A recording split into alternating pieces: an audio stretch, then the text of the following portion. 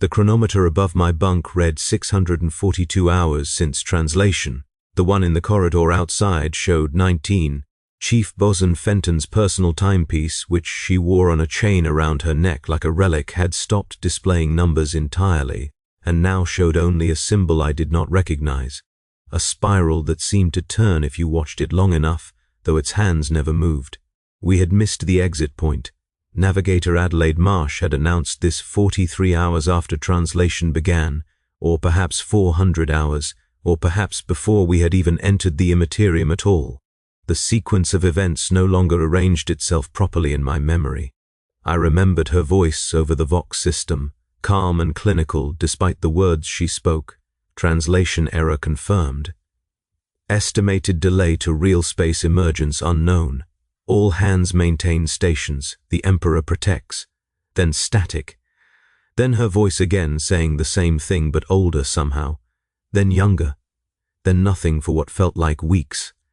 I am Warren Talbot. I was Warren Talbot. I will be Warren Talbot. The tenses have stopped cooperating.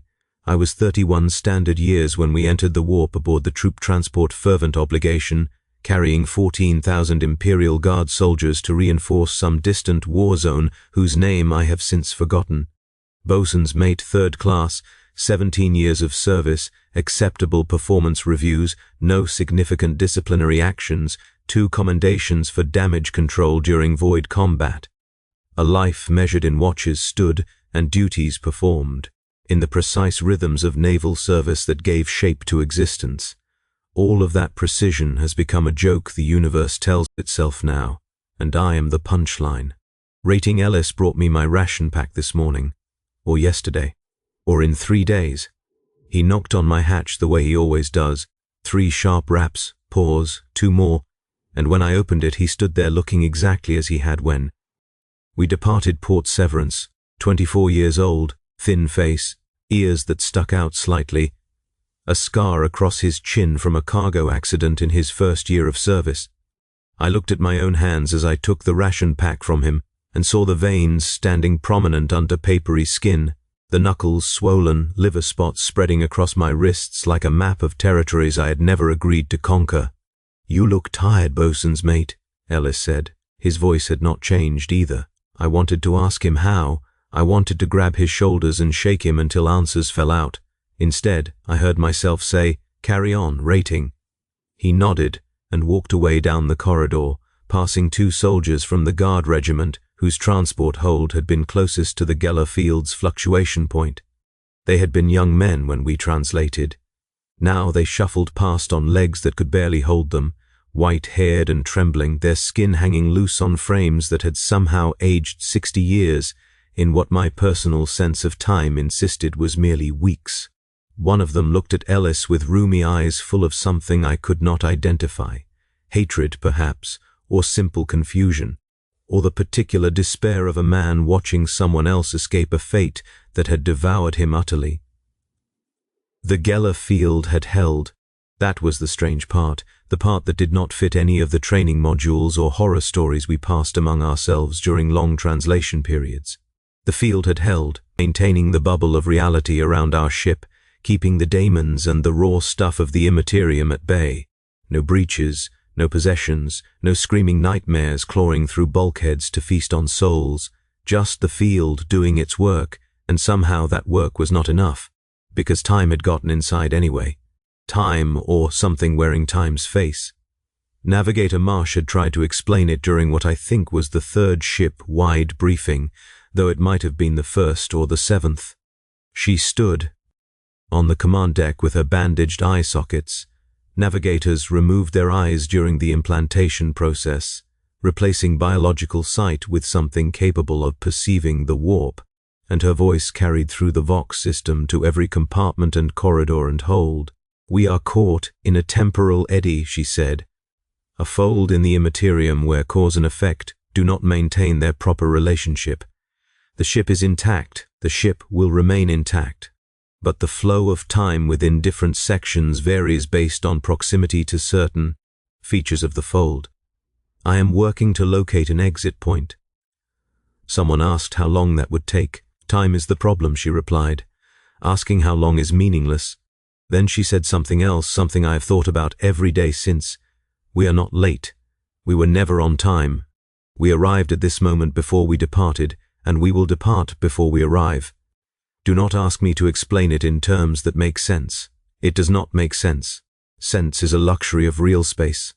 The briefing ended, or it continued, or it had not yet begun. I walked back to my station and found Chief Bosun Fenton waiting for me, and she had aged 15 years since I had seen her that morning, her hair now grey where it had been dark brown, her face lined with creases that had not existed hours before. She looked at me and said nothing about her transformation, because what was there to say? Deck 4 reports structural stress along the port hull, she told me. Take a team and assess. I took a team. We assessed. The stress was real, metal groaning under forces that seemed to come from nowhere, bulkheads bowing inward as if pressed by invisible hands. One of my team members, a rating named Douglas Perry, dropped dead halfway through the inspection. He simply stopped walking, stood still for a moment, and then collapsed. The chirurgeon who examined his body later said he had died of old age. He'd been 19. That was when I started. Counting. Not hours. Hours meant nothing but events. Things that happened in whatever order they happened. I kept a log, writing down each significant occurrence with my own hand because the cogitators had stopped keeping accurate records around the same time the chronometers diverged. The log filled up faster than it should have. Pages I had not yet written appeared with my handwriting on them, describing events I did not remember. Pages I had written vanished and returned with additional notes in the margins, additions in my own hand that I had no memory of making. On what my personal log called Event 17, I found an entry that read, "Ellis is not immune. Ellis is the lock. Find the key in the captain's cabin. Do not trust the father." I did not understand what that meant. I still do not understand what it means. But I circled it 3 times with my stylus, pressing hard enough to tear the paper, because something about those words felt important in a way I could not articulate. Ellis, the lock, the captain's cabin, Father Donovan Crane, the ship's confessor, who moved through the corridors administering last rites to men and women who had not yet died, but could feel death rushing toward them through the fractured time stream. The soldiers were dying fastest. Whatever force had invaded our ship seemed hungriest in the transport holds, where 14,000 men and women had entered, stasis pods, expecting to wake in the Imperium refreshed and ready for war.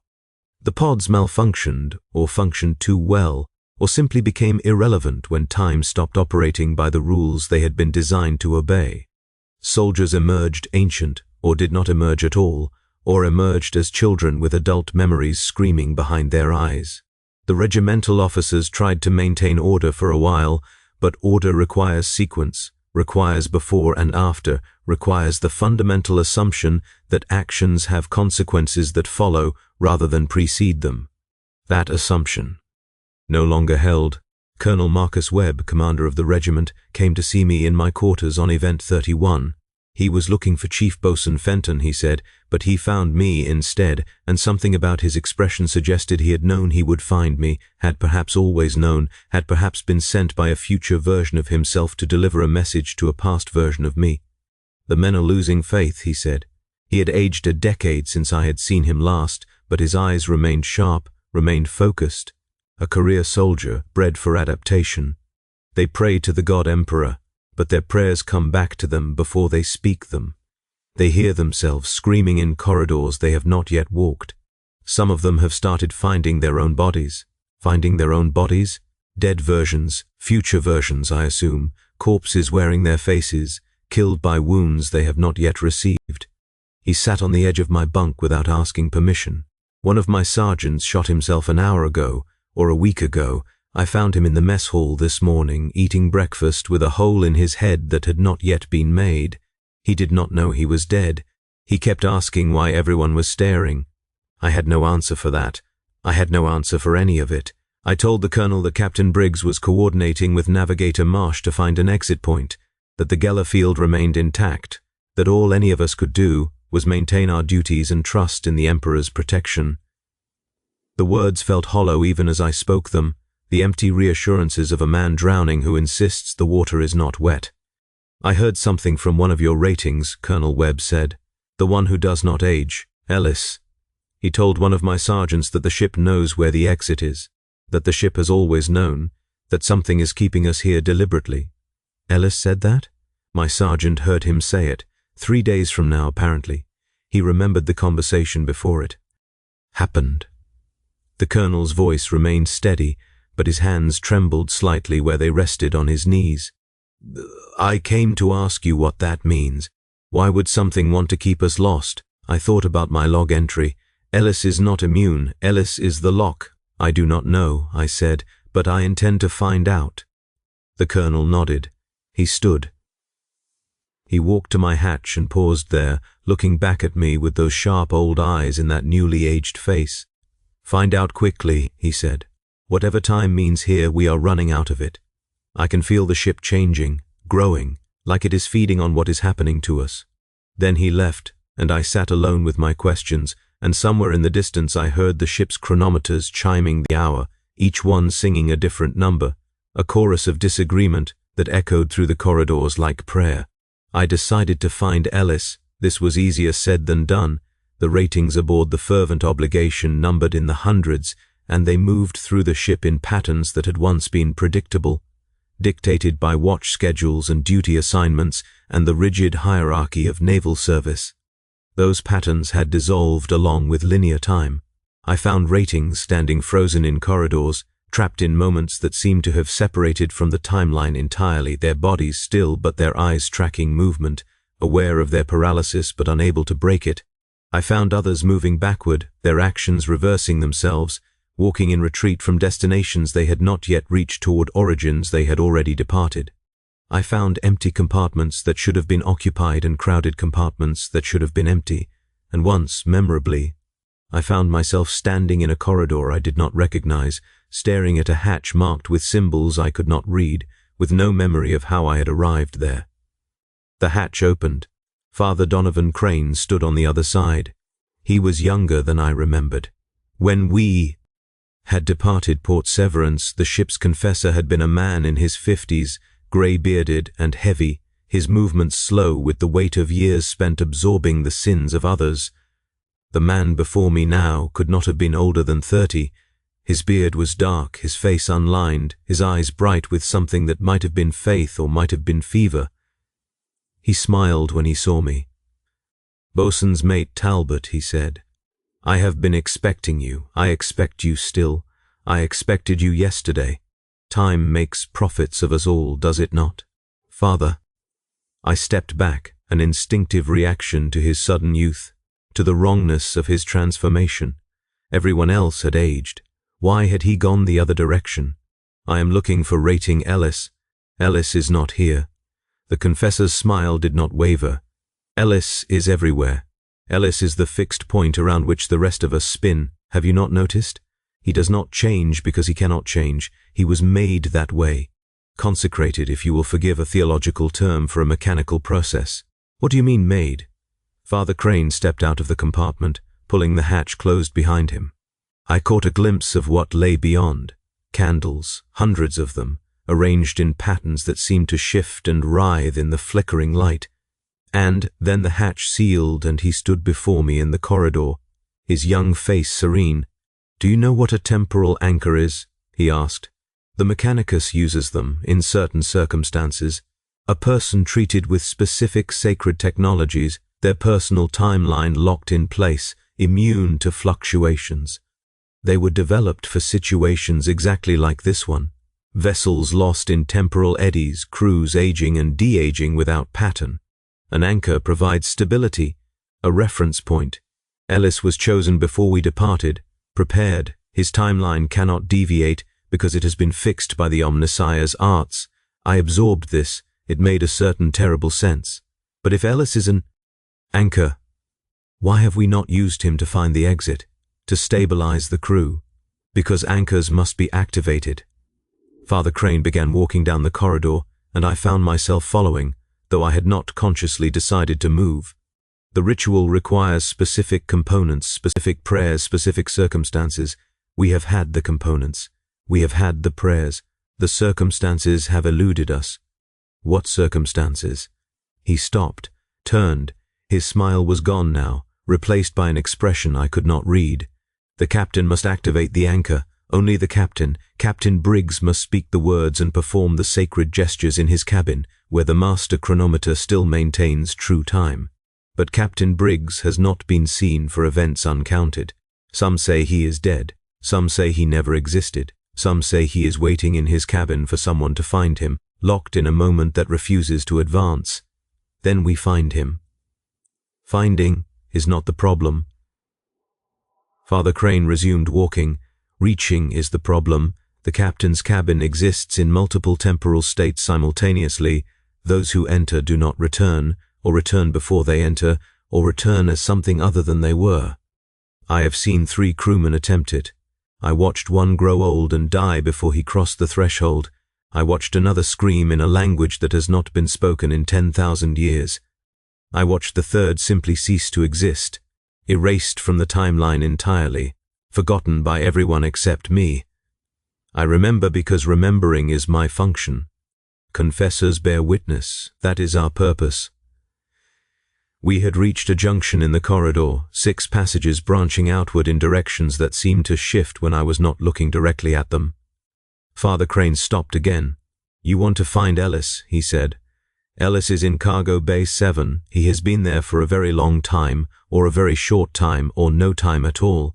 He is waiting for someone brave enough or desperate enough to attempt what no one else has succeeded in doing.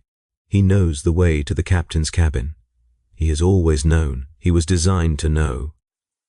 Why have you not told anyone this before?" Father Crane's smile returned, and this time I recognized the fever in his eyes for what it was. Not faith, not madness, something older and colder, something that had worn his face like a mask. "Because I am not supposed to be here either," he said. "I died at Port Severance, bosun's mate Talbot. An accident in the loading process. A cargo container fell. I was crushed. I remember the weight. I remember the pain. I remember the moment when everything ended. And then I woke here, aboard this ship, younger than I have been in decades, with memories of a journey I never took." He gestured down one of the branching corridors. "Cargo Bay 7. Find Ellis, find the captain, activate the anchor, exit this nightmare, or stay here with me, in this eternal recursion, confessing sins that have not yet been committed to a priest who is already dead." Then he walked away down a different corridor, and I stood alone at the junction, and the chronometer on the wall showed a time that was also a date, that was also a word I could not read, and I thought, do not trust the Father. But he had told me where to find Ellis, and that was more than I had known before. I went to Cargo Bay 7. The cargo bays occupied the lower decks of the Fervent Obligation, vast chambers designed to hold the endless material demands of imperial warfare, ammunition, rations, replacement equipment, sacred relics, propaganda materials, the 1,000 necessities that kept armies functioning in hostile territory. Most of the bays were sealed now, their contents either essential to crew survival or too dangerous to access in the ship's current condition. Bay 7 had been designated for non-essential cargo when we departed, filled with crates of administrative supplies and personal effects belonging to officers of the Guard Regiment. I had not thought about it since translation began. The hatch was open when I arrived, not unlocked, open, deliberately, the seal broken from inside. I stepped through and found myself in a space that had changed since I had last seen it. The crates were gone. In their place stood a forest of chronometers, thousands of them. Every size, every design, from personal timepieces to industrial clock faces to cogitator displays showing scrolling numbers. They hung from the ceiling on chains. They rested on pedestals scattered across the floor.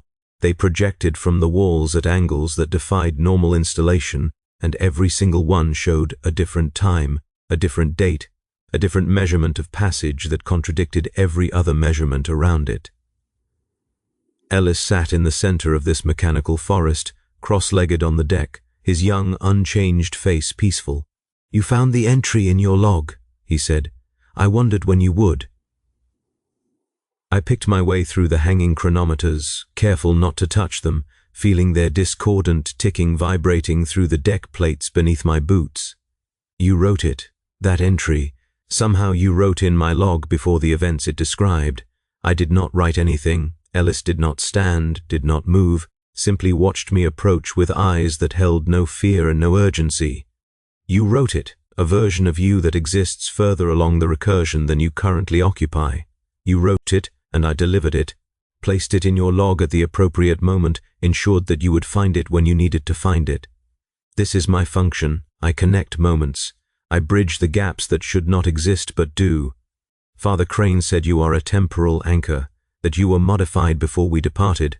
Father Crane says many things. Some of them are true, some of them were true, some of them will be true but are not yet. Ellis finally moved, rising to his feet in one smooth motion.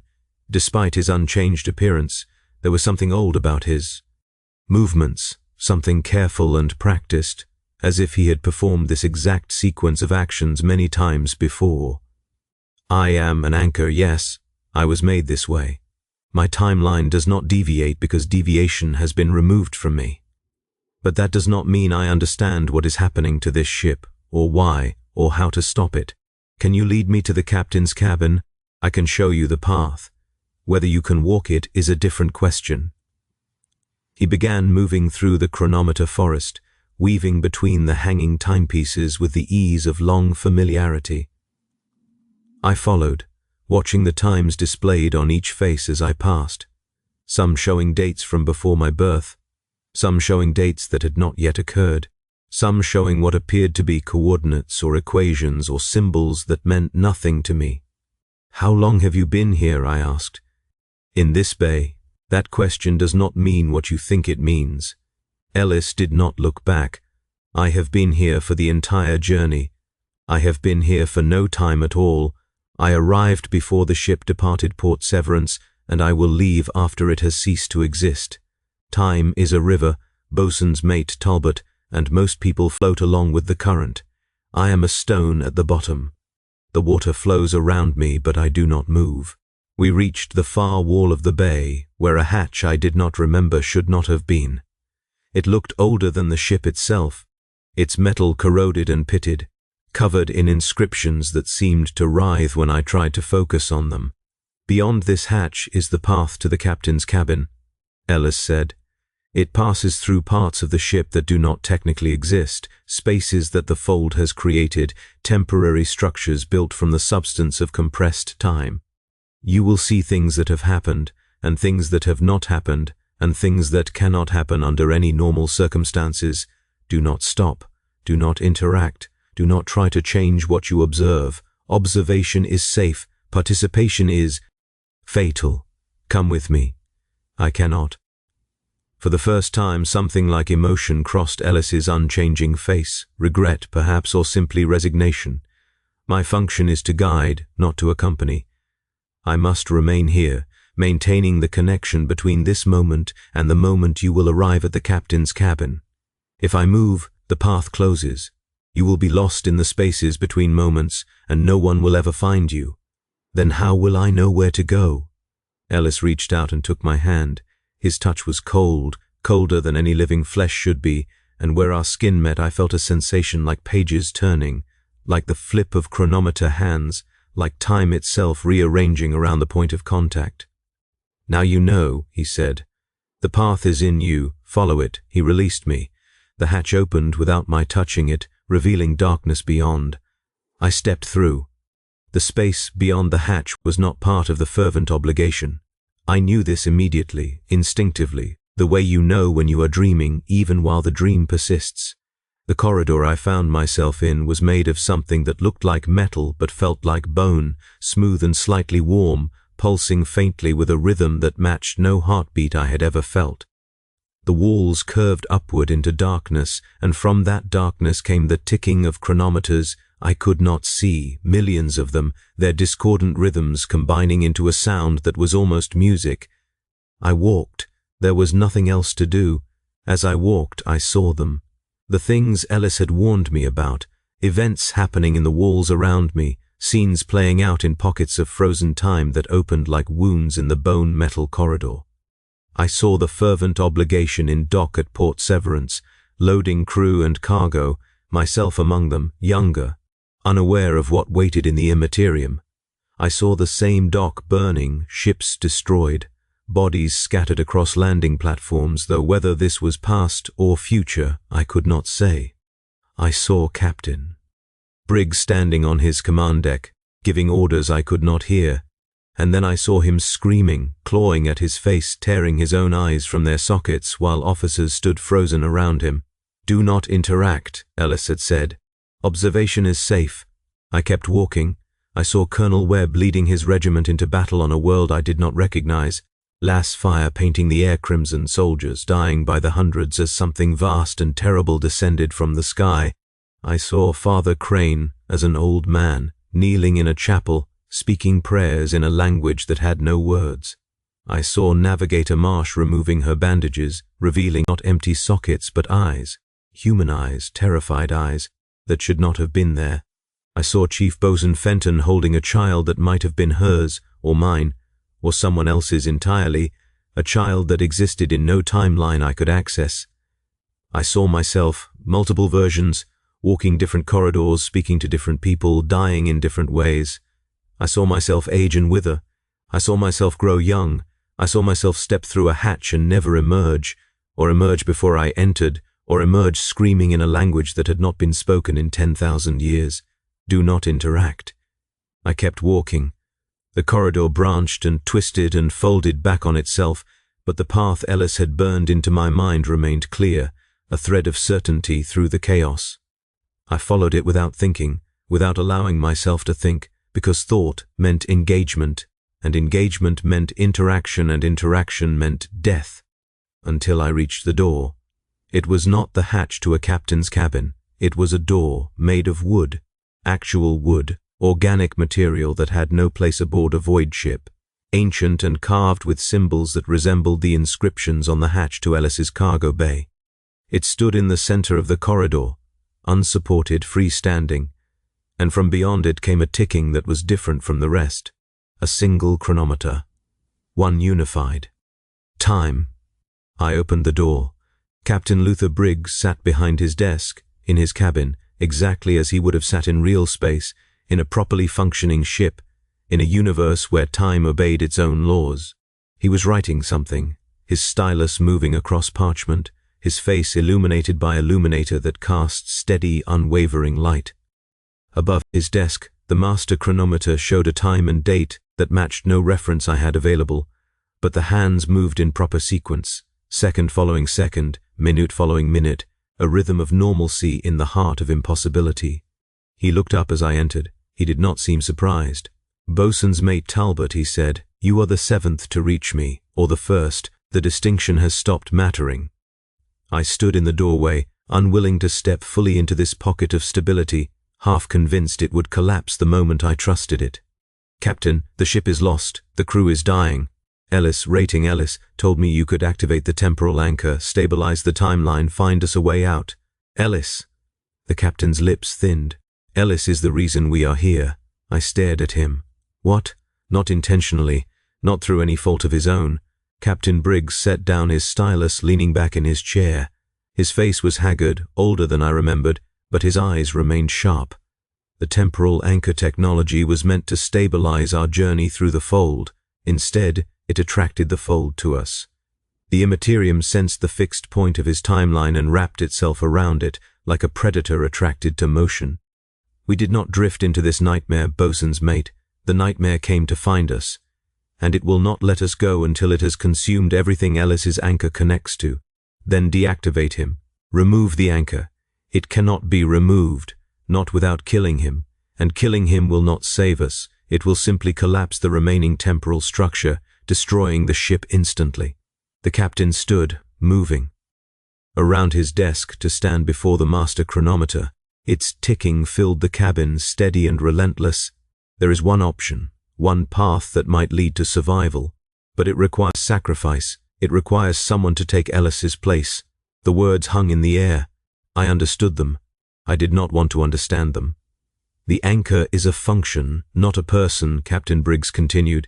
"It can be transferred if someone willingly accepts the modification, allows their timeline to be locked in place as Ellis's was locked.